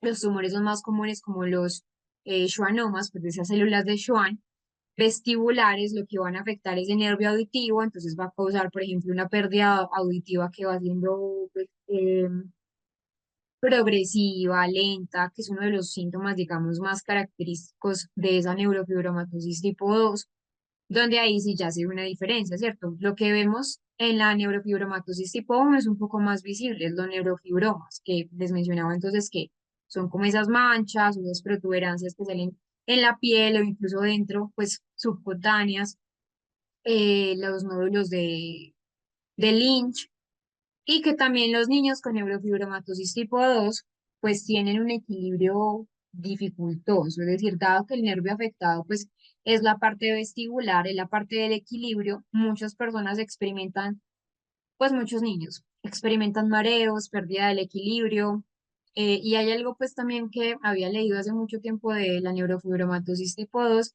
y es que es muy común las cataratas juveniles, pero pues digamos que es más como a nivel vestibular y que realmente, pues la causa de la neurofibromatosis es una mutación del gen, yo creo que ya también se los había mencionado, es una mutación que afecta pues el cromosoma, específicamente el cromosoma 17, donde hay un crecimiento o más bien una proliferación celular anormal, donde esto es lo que hace que se vean de manera descontrolada esos crecimientos de los neurofibromas, en este caso, en la parte de la neurofibromatosis tipo 1. Generalmente pues para dar un criterio clínico como tal, pues ya es diferenciar lo que les mencioné, neurofibromatosis tipo 1 y neurofibromatosis tipo 2. Ya quien da pues un parte clínico de diagnóstico de neurofibromatosis tipo 1 obviamente es la parte médica, donde ya ellos hacen una observación clínica, donde ya pues acá hacen observaciones de esos signos físicos, como las manchas, cafés, como el equilibrio que les mencioné, como los neurofibromas o no, si hay aparición de neurofibromas o no. La resonancia magnética, al fin y al cabo también, sí, sí, Romina, eso les iba a mencionar. La resonancia magnética también pues suelen ser usadas, es decir, obviamente en parte del diagnóstico es más que clínico. Los neuropsicólogos acá pues no damos un diagnóstico de neurofibromatosis, pero sí ayudamos a saber cómo está ese funcionamiento. Entonces, a la pregunta que nos hacía también Romina, es que la resonancia magnética nos ayuda a detectar si hay presencia en tumores de los nervios, como les mencioné, en la neurofibromatosis tipo 2 en esa parte más vestibular, en las células de Schwann, en esa parte vestibular del equilibrio, mirar si hay tumores, en pues en esa parte pues de la, de la neurofibroma de la neurofibromatosis tipo 1 y también pruebas genéticas, porque aquí, al fin y al cabo, pues es la forma para confirmar el diagnóstico para determinar si la mutación está presente o no está presente. Pues como tal, no hay una cura para la neurofibromatosis, ni tipo 1 ni tipo 2. El tratamiento ya se enfoca más como en manejar esos síntomas y las complicaciones secundarias al diagnóstico. Entonces, muchas veces está incluso pues la, la intervención quirúrgica para extirpar pues los tumores que causan incluso a veces dolor, o lo que les mencionaba ahora, la imagen que les mostré, que a veces hay una compresión de los nervios donde a veces, pues realmente en los niños les puede causar un dolor o donde no siempre es posible, pues eliminar todos los tumores, entonces son más como, pues monitoreo regular, una terapia de apoyo, una terapia de rehabilitación neuropsicológica, pues entre otros aspectos que ya les mencioné hace un rato. Vamos a ver el síndrome de Angelman. Cuando hablamos del síndrome de Angelman, bueno, en primer lugar, el síndrome de Angelman tiene unos aspectos que son muy característicos del mismo diagnóstico. Pues es un diagnóstico que realmente incluso también tiene una fenotipia asociada, también es un diagnóstico pues que va a tener dificultades a nivel cognitivo, a nivel de muchos aspectos. Antes entonces de ver este síndrome de Angelman como tal, vamos a ver un video para conocerlo un poco más, porque sé que muchas personas de pronto no conocen previamente de lo que vamos a hablar, entonces para que tengan una noción, conocer realmente cómo es el síndrome de Angelman. Ahí tienen el video, está en el chat, en el chat de Zoom. Vamos entonces a continuar con la parte de las diapositivas. Entonces, en general, el síndrome de X frágil ya vimos que hay características clínicas que son importantes también tener en cuenta, que también entonces es algo relacionado con esa parte de discapacidad intelectual, de moderada a grave, que hay trastornos de equilibrio, o más bien del equilibrio que son pues, de importancia clínica. Cuando hablamos en general entonces del síndrome de Angelman, hay realmente, incluso podría decirse que pues el síndrome de Angelman, pues ya sabemos que es neurogenético, que es poco común igual, pero que a pesar de ser poco común en la clínica, sí se ve. Entonces, en general, sí podemos recopilar las principales características del síndrome de Angelman. Entonces, es un retraso global en el desarrollo. Hay dificultades cognitivas, problemas de movimiento, problemas de equilibrio. Hay un comportamiento que, como vieron en el video, es inusualmente alegre, pero no es una alegría como normalmente pues de pronto nosotros lo podríamos tener, no es una alegría realmente que tenga una base sólida, sino que es un comportamiento de risas frenéticas, pero que no hay una causa que lo genere. Entonces, realmente hay una pérdida de una función de un gen específico que es el gen V3 donde, bueno, acá entonces recordemos que el anterior era el cromosoma 17, este es el cromosoma 15. En la mayoría de los casos, la causa principal de pérdida de esa función es una eliminación pues en esa parte de la copia materna hacia el niño, en ese cromosoma 15, como les menciono. Entonces acá es una mutación genética en la mayoría, pues como de los casos. Hay características clínicas, ya ahora sí entrando en el tema de las características a nivel clínico, ya teniendo una noción básica de lo que es el síndrome de Angelman y en general, como les menciono, hay manifestaciones tanto conductuales, manifestaciones como del área lingüista, pues de lingüística, no solamente a nivel de esos casos, sino que también hay algo estructural que se va a ver afectado, ya se los voy a explicar. Iniciemos primero por esa parte del lenguaje. Entonces, hay unas características clínicas y es un retraso en el desarrollo de la capacidad intelectual. La mayoría de los niños con síndrome de Angelman, no sé por qué todavía tengo en la cabeza el X frágil, pero cuando hay síndrome de Angelman, hay un retraso en ese desarrollo motor cognitivo que es significativo. Las habilidades entonces cognitivas van a estar en el rango de discapacidad intelectual, como les menciono, de moderada a grave, diferente a lo que veíamos, por ejemplo, en el síndrome de Down, diferente a lo que veíamos en la neurofibromatosis. Acá el rango va a variar, sí, pero va a oscilar entre moderado o grave.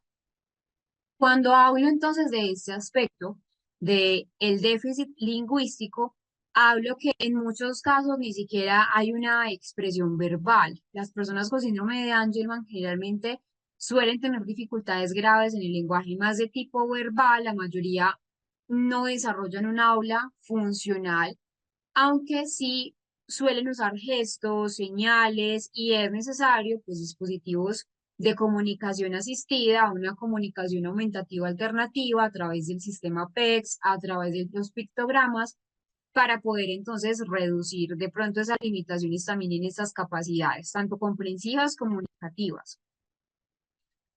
Cuando hablamos de las manifestaciones conductuales, entonces la risa es el primer signo que pues nos puede de pronto alertar un poco, porque como les menciono, son comportamientos entre comillas felices, muecas, risas explosivas, pero son risas más como paroxísticas, son risas carcajadas, fuertes, que realmente pues no hay un móvil, no hay un factor motivador en estas risas. No solamente son risas desde ese comportamiento, pues esa risa y esa sonrisa frecuente, que es como les mencioné, un síntoma muy característico, una risa incontrolable, todo el tiempo son risas frecuentes, son muy alegres, de hecho, pues el síndrome de Angelman se ha asociado mucho con un factor de alegría, pero no es la misma alegría que de pronto podemos experimentar con haber ganado, no sé, un examen o haber ganado una beca, no. Es realmente pues una sonrisa ya patológica, donde incluso pueden ser, por ejemplo, inapropiadas para la situación, es decir, puede ser una situación donde no hay risas, no hay pues forma de que una persona se ría, pero se ríe. Entonces lo que genera de pronto una percepción de un comportamiento excesivamente alegre, pero no va como por ese tema. Y que hay una falta de miedo, algo que es importante, es decir, las personas con el síndrome de Angelman puede mostrar una falta de miedo o incluso una falta de ansiedad, lo que de pronto los va a colocar en situaciones muy peligrosas, porque no hay una medición de esos riesgos, de esos límites. Eh, de hecho, por ejemplo, hay una búsqueda muy constante de interacción social, disfrutan tanto de esas relaciones socioemocionales que a veces se suelen acercar pues a los demás de manera drástica y sin tener en cuenta de pronto que no todas las personas son de fiar o que no todas las personas son sus amigos, incluso pues contactos físicos pues de confianza, entonces eso cada vez donde también se relaciona con la falta de miedo y donde debe ser una supervisión constante por parte de los padres.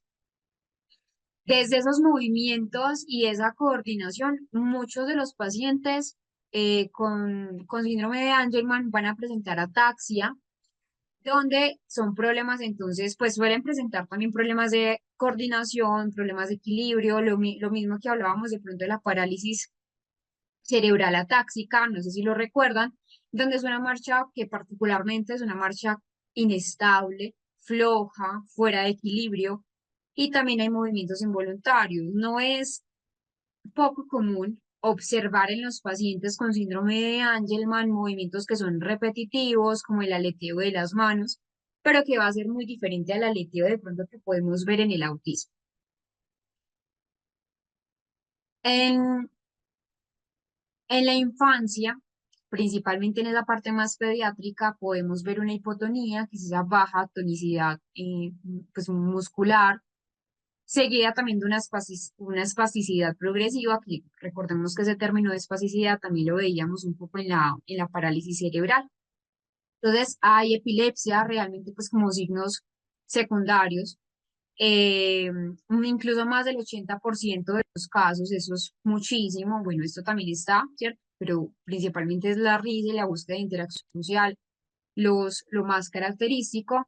Más del 80 de los casos tiene microcefalia, que desencadena también esas crisis epilépticas, que pues de hecho hay un electroencefalograma muy característico que se puede ya observar antes de los 3 años. Crisis febriles, esa parte de las crisis febriles, que de hecho tenemos dos clasificaciones, crisis febriles simples y crisis febriles complejas, que se van a diferenciar en la duración de ambas. Suelen ser las crisis en el síndrome de Angelman refractarias, difíciles de tratar con medicamentos. Entonces acá la resonancia magnética pues suele ser anodina, mediante estudios entonces de tractografía cerebral, ya se ven alteraciones en esos tractos de fibras corticales que ya sugieren realmente pues un mecanismo que guía esa parte axonal durante el neurodesarrollo. Mi recomendación es este libro, pues realmente es un dibujo, pues, perdón, es un libro pues ilustrado donde en el libro se llama Soy Ángel, donde hablan entonces de un niño con síndrome de Angelman, donde pues, también podemos de pronto ver muchas explicaciones del porqué de los comportamientos, de por qué de muchas características que podemos ver en el síndrome de Angelman.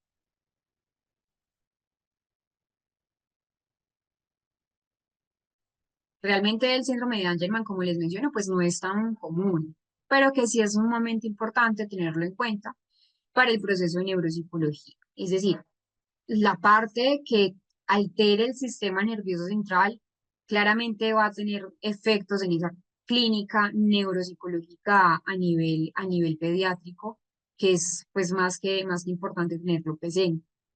Vamos a ver lo que son las crisis epilépticas. Ese es un tema, eh, digamos que es un tema difícil en cierto sentido tenerlo presente porque las crisis epilépticas, pues es un tema amplio, realmente está lleno pues como de muchas características clínicas que la idea es entonces que aprendamos un poco. Entonces, cuando hablo de crisis epilépticas, vamos a hablar también de esos síndromes epilépticos. ¿Qué son las crisis epilépticas? Las crisis epilépticas pueden ocurrir en niños con trastorno del desarrollo en general, que se puede deber también pues a un trastorno metabólico, a una hipoxia, a problemas genéticos, pero no solamente lo vemos en niños con trastornos del neurodesarrollo, también hay niños con un desarrollo típico donde experimentan unos síndromes pues epilépticos. Cuando me refiero a ese término epilepsia, me refiero a más bien una alteración que es crónica de esas funciones cerebrales que van a afectar los movimientos, la cognición, la percepción. En muchos hay una pérdida o afectación de esa conciencia, en muchas crisis epilépticas y síndromes epilépticos y otras miles de conductas que vamos a ver. Y eso es el término epilepsia a nivel general. Y la crisis pues hace referencia a episodios aislados. Entonces, por ejemplo, acá, pues las crisis epilépticas son descargas paroxísticas de esas neuronas. Recordemos que las neuronas tienen una actividad eléctrica, químico-eléctrico, donde se comunican unas con otras a través de sinapsis. Pero resulta que no siempre las neuronas van a trabajar de manera idónea. Es decir, a veces se da que pues, las neuronas tienen crisis, unas descargas que no son correctas, lo que causa entonces ciertas alteraciones como pérdida de conciencia, pérdida funcional. Pues realmente el término como tal de epilepsia, aunque la epilepsia afecta pues en un muy bajo porcentaje de los niños, actualmente estamos teniendo más consultas por epilepsias, sigue siendo pues un trastorno neurológico de alta preocupación pediátrica porque sigue siendo muy frecuente en la infancia. Es lo que es una crisis epiléptica o más bien la epilepsia es uno de los trastornos más comunes que se pueden observar en la parte clínica a nivel pediátrico. Principalmente, obviamente, pues la primera consulta siempre va a ser por neuropediatría y pues, y por neurología y ya desde neuropsicología lo que hacemos es estudiar principalmente cuáles son las alteraciones a nivel más funcional. Hay crisis o episodios que son aislados porque son, digamos, secundarios a una fiebre alta, y cuando me refiero a una fiebre alta, son esas crisis febriles que son mayores a 39 grados, que es una de las causas más comunes de convulsiones en esa parte de los neonatos. Los niños entre los 3 y los 5 años de edad, por lo regular, tienen bastantes crisis a nivel febril, que ahí es donde yo les estaba mencionando, pues realmente cuando hablamos de, pues, de convulsiones febriles, hablamos que es principalmente pues que tiene unas causas y unos mecanismos y que hay varios factores de riesgo, por ejemplo, una historia familiar de convulsiones de fiebres o epilepsias, una fiebre que ya sobrepasa pues los 39 grados, infecciones virales que afectan ese sistema respiratorio o ese sistema incluso gastrointestinal, y que el pronóstico en general de esas crisis o convulsiones febriles en su mayoría no tiene unos efectos que van a largo plazo y que pues realmente los niños se van a recuperar completamente sin ninguna consecuencias a nivel neurológico. Sin embargo, pues sí un pequeño porcentaje de niños va a desarrollar epilepsias en el futuro, o más bien son consecuencias a nivel neuropsicológico, sobre todo si son epilepsia, perdón, convulsiones febriles complejas, donde ya la duración es más de 10 más de 15 minutos y que es una repetición en 24 horas. Eso es importante tenerlo muy presente. Entonces, la epilepsia realmente es uno de los trastornos crónicos más prevalentes en la parte, pues, de lo neuropsicológico, incluso es incapacitante en la infancia, y que hay unas alteraciones neurológicas, neurobiológicas incluso, alteraciones psicosociales, afectaciones sociales, que ya definen como un trastorno epiléptico, tanto como la recurrencia de las crisis epilépticas. Entonces acá sí hay un amplio espectro de condiciones a nivel neuropsicológico que es sumamente importante. Como les mencionaba, pues realmente la epilepsia, antes de entrar entonces a las definiciones y los conceptos básicos, la epilepsia ocurre en 1 a un 2% de la población infantil, en la población pediátrica, que en la mayoría de los casos sí tienen, por ejemplo, un adecuado control de esas crisis, de esos síndromes epilépticos con fármacos antiepilépticos, pues realmente cerca de un 25% de los niños que tienen epilepsia, a pesar de pronto de un adecuado tratamiento farmacológico, continúan presentando esas crisis, donde ya ahí es donde, como les mencionaba, se consideran unas crisis a nivel refractario. Entonces, importante tener en cuenta esa parte de las epilepsias. Eh, sí, se llaman crisis de ausencia. Esa parte de que tú me dices, Molin, de, pues como lo que, bueno, Molin dice, una vez un neurólogo dijo que cuando se queda como pensativo está teniendo convulsión, sí. No toda convulsión tiene movimiento, eso es muy importante. Mañana entonces lo vamos a develar. Es decir, es diferente una crisis epiléptica pues a una crisis convulsiva, es diferente. Hay muchas tipologías de crisis, hay crisis parciales, hay crisis pues que ya antes se llamaba parciales, ya se llama focal, y hay crisis generalizada. Entonces han cambiado varios nombres desde el año 1900, creo que 81, no estoy muy segura de la fecha, hasta el 2017, donde ya se cambió muchos nombres de lo que son los síndromes epilépticos, las crisis epilépticas y la clasificación. Entonces, vamos a dejar acá para que puedan descansar. Sé que son temas de pronto un poco difíciles de procesar, son temas con mucha información. La neuropsicología realmente pues es de mucho estudio. Entonces, vamos a dejar acá y mañana vamos a continuar con esa parte de todo el tema de las crisis epilépticas. Espero que estén muy, muy bien y que puedan descansar. Nos veremos entonces nuevamente mañana con una clase más. Chao.